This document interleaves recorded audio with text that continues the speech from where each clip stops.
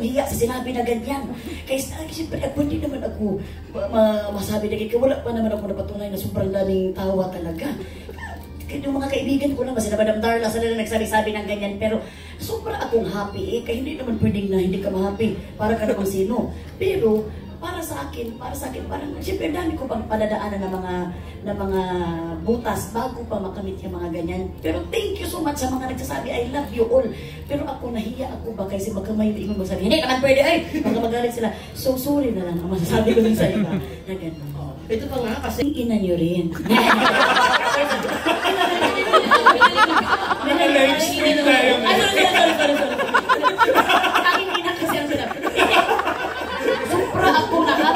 Nag-message yung kaibigan ko sa akin na yun lagi daw. Kung ikuan sa akin, ikuan na naman, i-offer sa akin, so why not? Sobrang happy. Pero siyempre, hindi natin pwede i-bypass si Miss Ai de las Alas kasi siya talagang ating queen of comedy. So hindi natin pwede kasi siya talagang dami niya napatunayan na comedy naman. Ayan pa si Ate Pokey, di ba? Si Miss Eugene Domingo. So, kung ikuan, why not? Pero sana, kanang wala tayong ma-hurt na mga kuan. Bongga! Hindi na pwede mag-hurt. Gawa na tayo ng sarili natin, no? Ano sa palagay mo yung bagay na title ng movie mo? Kuan ng ina. Diyan lang siguro, bawal naman kayo. Diyan lang mga kuanises. Thank you and congratulations, Madu. Welcome from Alan Sangkon of Starbuzz. Sir Alan yung gabi ng tutorial talaga sa akin. After Victoria na. Tayo daw ako dyan? Okay lang po. Ay, mas kita pala sa kanyang video. Congratulations, Melay. Salamat, sir. Bali, nasubaybayan namin yung career mo from the time na lumabas ka doon sa PBB House. Even up to now, ikaw yata isa sa mga nananatiling PBB House na nandito pa rin. Ang layo na nang narating mo. May sarili ka ng talk show, di ba? Pero did you imagine yourself na na parang kumbaga paglabas mo ng bahay ni Kuya, magiging host ka? Kasi parang tinitingnan namin comedy yung dating mo sa mga movies, di ba? Wala akong naisip talaga niyan, sir. Kasi yung pagkakuan ko, pagkapasok ko sa PBB, parang na-disgrasya lang siya ba? Na parang loko-loko lang ng mga kaibigan. Tapos nung nakita ko na dito, ang swelduhan dito, medyo nasilaw na ako. So, pagkatapos nun, parang madire-diretso na. Pero wala akong mga plano-plano na ganyan. Kaya hindi ko man alam kung anong capabilities ko. Ang alam ko lang siguro, mga waloko lang ako, yung mga tawanan. And thank you, Lord. Ang nag-suggest talaga sa akin na maging host talaga is ang aking asawa, si Jason. Siya talaga ang nagsabi sa akin, sinuggest na kay Direk Lori na, Direk, mas maganda to ang aking asawa na maging host ko siya, Direk. So wala pa naman ako na host doon, pero parang nakitaan na siguro niya na ang ingay ko sa bahay. Kaya naman umaga na, bakit hindi na umuwi? So talagang, after noon, talaga na diretso na magandang buhay na, I dare you, diretso na yung at nanahimik na ang buhay ni Jason.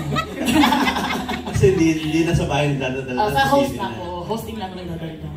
Tapos, nakita namin dun sa teaser na kung bakit nagkaroon ng one-on-one because nag-viral yung speech mo dun sa AAA, di ba?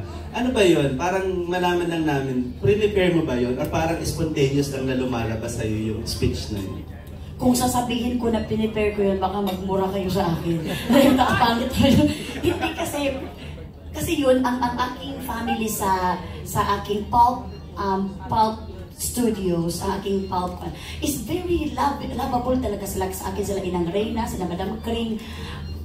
A-attend daw ako ng AAA. So ako, akala ko a-attend lang kasi mahal ang ticket nun eh. Mga tag 20,000 plus ngayon. So attend ako, doon pa lang sa pag-attend, very happy na kami. Kasi siyempre, ilan kayo a-attend? Siyempre, sinobrahan ko, libre na eh. Anak ko, mahilig pa sa K-pop. So talagang dinamihan ko pag-attend. Pero ako daw, magagawin daw ako, wala akong alam-alam na may award ako. Niloloko nila ako na may award daw yung uma-attend. Siya! Ano naman yung award ko? Ano award ako ng pagalitan ako? Ala, pagdating doon kayo may award pala ako. Kaya pala nung nandun ako sa lamesa, aalis na ako, doon ako upo doon sa audience. Nagalit ang Koreano. Choka! Hoshi Koki! Eh, siguro ang kamera pala nila, naka-choreography na pala. Doon ako nang tinawag na ako, tapos wala akong makausap na pa, nag-anxiety nga ako, doon sila pa, pinikausap ko niya, mga Koreano, nakagano'n na talaga, 6 hours na ako. Grabe naman to sila maka-penetrate sa na magiging artist. Ako, kaya nakagano'n na ako, parang pagod na ako. Nung tinawag ang pangalan ko, grabe naman, uy. So ako parang ano sasabihin ko dito, mabuti may nauna pang nag-English na Koreano.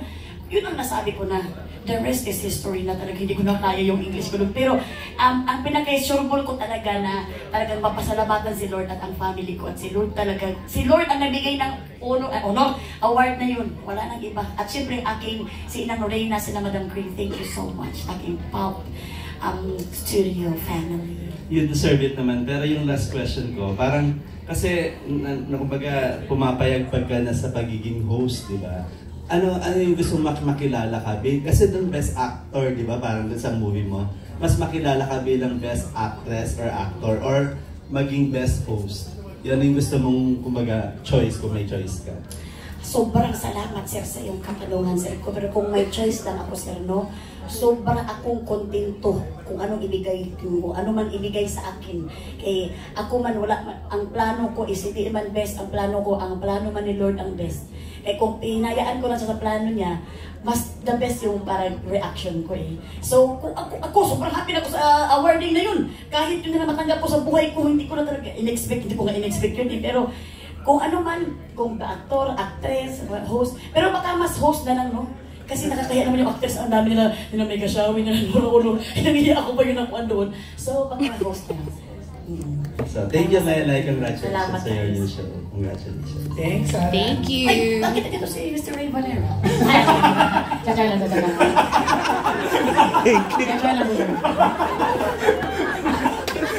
Our next set of questions. Sobra talaga akong nakuan din. Parang nakaramdam din ako ng sadness. Kasi siyempre wala ang aking mga mamshi eh. Kaya nung in-offer to sa akin ba, hindi talaga ako parang, ako yan. Pero nung sinabi na Bisaya, doon ako naburutan ng tinig. Kasi ayaw ko talagang magkakuan ba. Siyempre yung mga fans namin sa Magandang Buhay, miss na kami, alam mo yung love kami. So ayaw ko mag-bypass ba. At pinaka-ayaw ko yung bahala na ako ang masaktan. Ayaw kong makasakit talaga. Na pag magkaroon ako ng show na Tagalog, na gano'n na solo ko, ayaw ko. Kasi sobra ako, ang rapport namin sa Magandang Buhay at mas maganda pa rin may kasama ka sa isang show. Ito naman, nung sinabing Bisaya, doon ako na dili na tanggapin ko.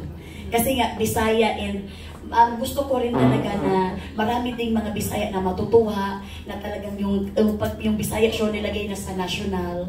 So yun ang pinakakilig ng mga Bisaya, kaya doon ako na happy. Na-mention mo rin kanina na dati kayo yung nag-a-adjust, kami naman yung mag-a-adjust ngayon. Noong nagsisimula ka pa lang dito sa Manila, meron bang experience na dahil Bisaya ka, nahirapan ka sa mga salita, nagkamali, o any memorable experience? Marami talaga. Di ba yung mga kuan, yung parang, nasama ko nga dito sa usapan nga namin, yung parang, anong tawag yun, nalibog.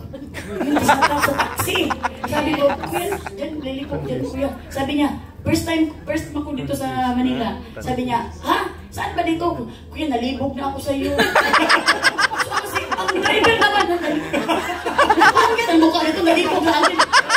Kasi ang nalibog sa Bisaya, nalito. Nalito na ako sa'yo kung saan ba talaga yung lugar namin.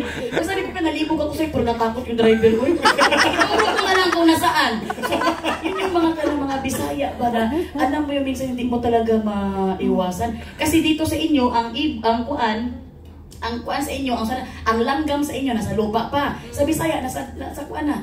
Nasa ere. Lumilipad. Ang langgam kasi nasa amin ibon. So parang iba-iba talaga ang aming mga kuan. So, iba talaga din pag nandito kami sa Bacoan ka rin eh. No? Salamat ka. Thank you, Kate. We have Ka na lang sa meeting namin.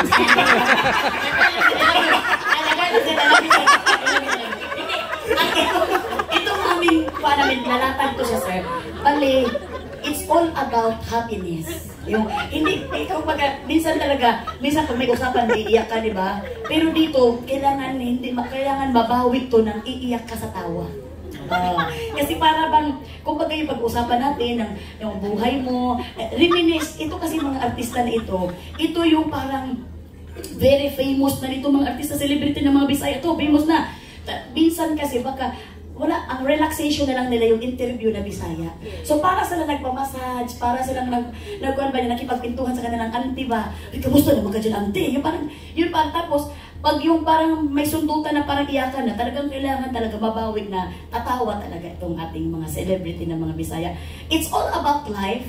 It's all about past na life nila. At meron din, katanungin ko rin sila kung okay sa ating mga celebrity, yung mga mga dumating din na mga time sa buhay nila na yung mga issue na dumating sa kanila, kung open up sila, okay na open. Kung hindi naman, i-edit out. Diba? So, ang lahat ng mga pwede nilang sabihin under the sun, na in Bisaya, na pwede silang mag-open up sa kanilang kuanti.